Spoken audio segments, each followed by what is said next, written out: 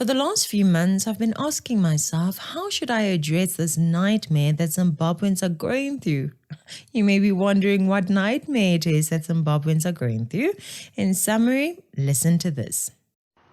If you go to Zimbabwe today, you want to cry when you see how black people in Zimbabwe are living. Number one, water as we speak in Zimbabwe is not reticulated. So you drink it at your own risk.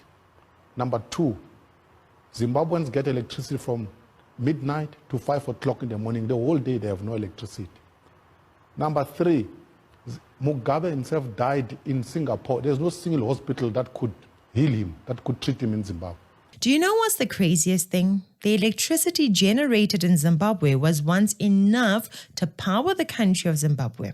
It was enough to sustain the industries in that country, and yet right now, even with so little industry taking place in that country, even with so many of its citizens living outside of that country, Zimbabwe does not have enough energy to take care of everyone in it. There are those people who have installed solar on their houses. The fancy ones, you see? Those are the ones who will have their phones functioning all day as they have the energy to charge. When it comes to the rest of the country, however, Prince Mashele is definitely telling the truth here. Zimbabwe is a leader when it comes to load shedding. That same Zimbabwe that you hear this buffoon talk about as if it has figured out how to grow out of poverty, that Zimbabwe can't give its people reliable energy. Groups in Zimbabwe are calling on the government to declare a state of disaster due to the ongoing electricity crisis. Millions were plunged into darkness this past weekend as a major power outage swept across the country. The Zimbabwe Electricity Supply Authority confirmed the blackout, citing a technical fault within the national grid.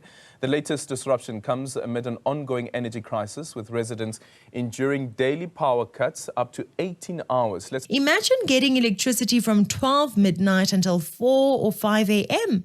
Basically, you go to sleep with no electricity and you wake up with no electricity.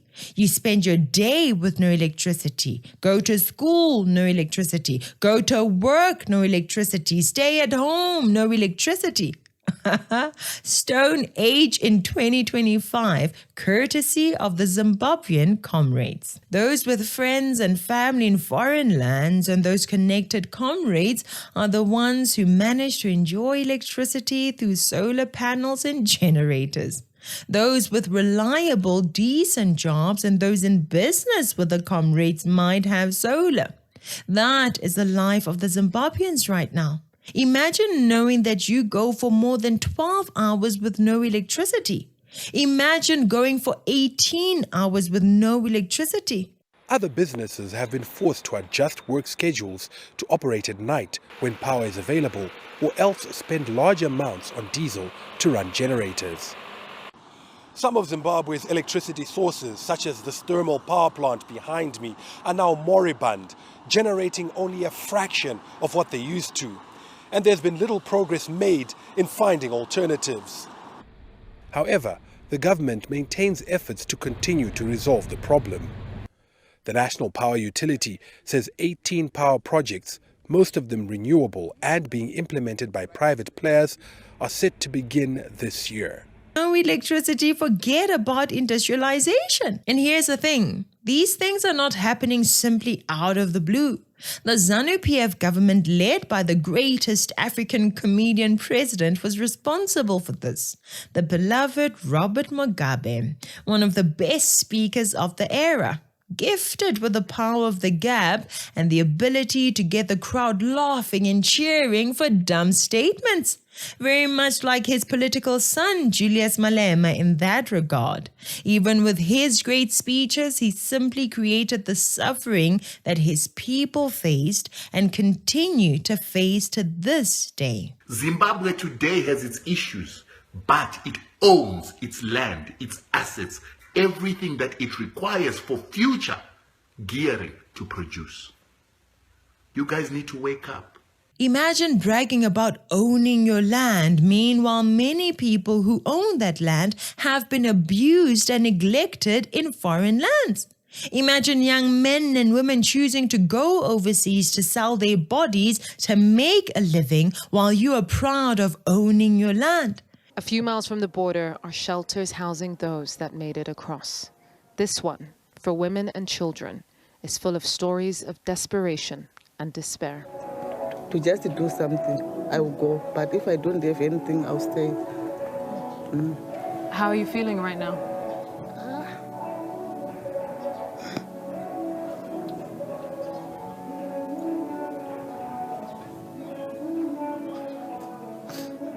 My life is too tough. It's very difficult. Yes, you are owning your land, but your people go to South Africa just to get help to give birth, and they are mistreated there. For some, the crossing isn't so easy. Entrapped by smugglers promising a better life. This 14-year-old girl was trafficked here with her sisters 2 years ago and hasn't seen them since.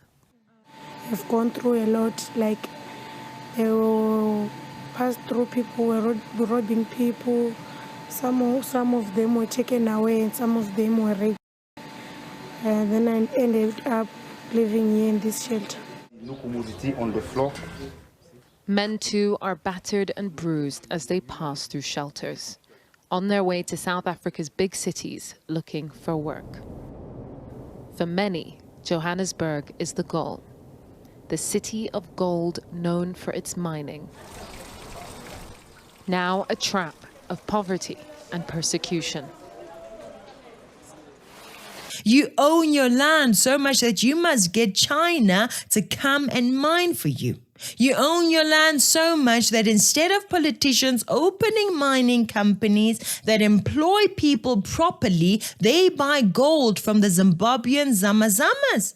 That gold gets smuggled into South Africa, into Dubai and other places, and the comrades buy Rolls Royces and Range Rovers to drive on dust roads. Housewives end up leaving their country, their husbands and children, to go and be domestic workers in South Africa or overseas. Do you have any idea how sad that is? A mother of 2 or 3 leaving their family more than 1,000 kilometers away to go to South Africa or overseas, spending 1 or 2 years away from your children or your husband. Is there still a family there? Would you say that the family is still going strong? This is rare access into one of Johannesburg's hijacked buildings. This used to be a hospital and now it's home to hundreds of people who can't afford to live anywhere else. It is decrepit. It's falling apart. There's rubbish everywhere. This is not a livable situation. So do you drink from this water? People drink from this. People use this water for everything. There's life in these corridors. Children spilling out of the small rooms. Hey, boys. But other corridors, burnt and blackened, speak to the death that's come from this destitution. 3 kids died in here. Some of the community tried to somehow rescue or switch the fire, put the fire off with buckets and everything. As you saw, our water supply is very slow, so we couldn't make it in time. So there's a kid that died holding this buckler like this. But for some foreigners who make it here, there's little other choice. So you'd rather be in this hijacked building than be back home in Zimbabwe? For the meantime, because if I go back home, there'll be nothing that I'll be doing. Wherever they are, the comrades really do not care about those that they govern.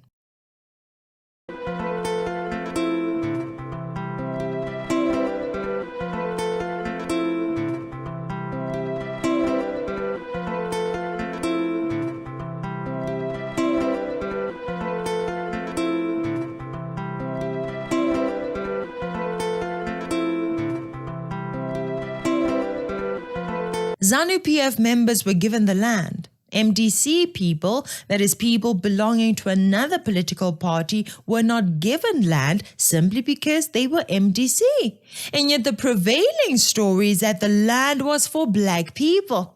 So are the MDC members not black people? Is the land for the people, or is it for ZANU-PF comrades and the crumbs for their minions? I really hope that South Africans pay attention to what has happened to Zimbabwe, because as we have heard it said many times, those who do not learn from history are doomed to repeat it. Instead of farming all that land that they were given, many Zimbabweans risked their lives crossing rivers with crocodiles and national parks with lions. Why? Why? I mean, why when Zimbabwe has given their land to the people? What's the problem now? I thought land was a source of capital, source of wealth, source of success. Unhampered by border patrols. I'm crossing illegal because there's no border here.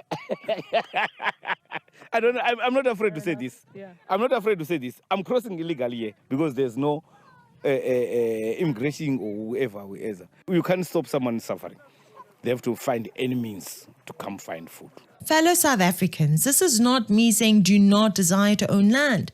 This is me trying to stop us from supporting policies and laws that have destroyed our neighbor Zimbabwe. When the Zimbabwean comrades get sick, they go to Singapore or Russia. Why? They don't trust their own people. Why? Because they have not equipped their own people. They have not equipped their own hospitals. They live in fear of someone ending their lives within their own borders. Many white people built Zimbabwe to be the Zimbabwe that could employ, educate, and electrify communities reliably. Many Zimbabweans last saw reliable electricity in the early 2000s. The Rhodesian government is the one that built all these power plants. The white people brought the electricity into the country. They built up the infrastructure, and now guess what?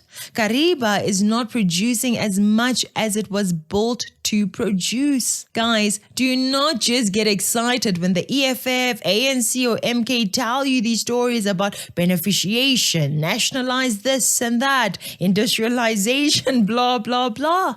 Pause and look at their counterparts. Look at the work that they have done as the ANC, and then look at what their fellow comrades in other countries have done, destroying nations over and over and over again. Why is it that we as South Africans do not learn? What is so attractive about what Zimbabweans are going through right now? What is so interesting or desirable about that? Why do we keep voting for parties that want to turn South Africa into Zimbabwe? Zimbabweans had South Africa to run to. Where will South Africans run to? Are you people who support Julius and Zuma telling me that you see a builder in Julius? You see a builder in Zuma? People who simply say minerals, our land, and beneficiation as if that is evidence that they will do these great things. We are not clueless children, so let us stop acting like we are. After people have drunk and snotted things in fancy establishments, surrounded by rich lawbreakers and slay queens, they come to the microphone and tell you to vote away your life. And you dance and cheer on. Wake up, South Africa. These people are destroyers of nations.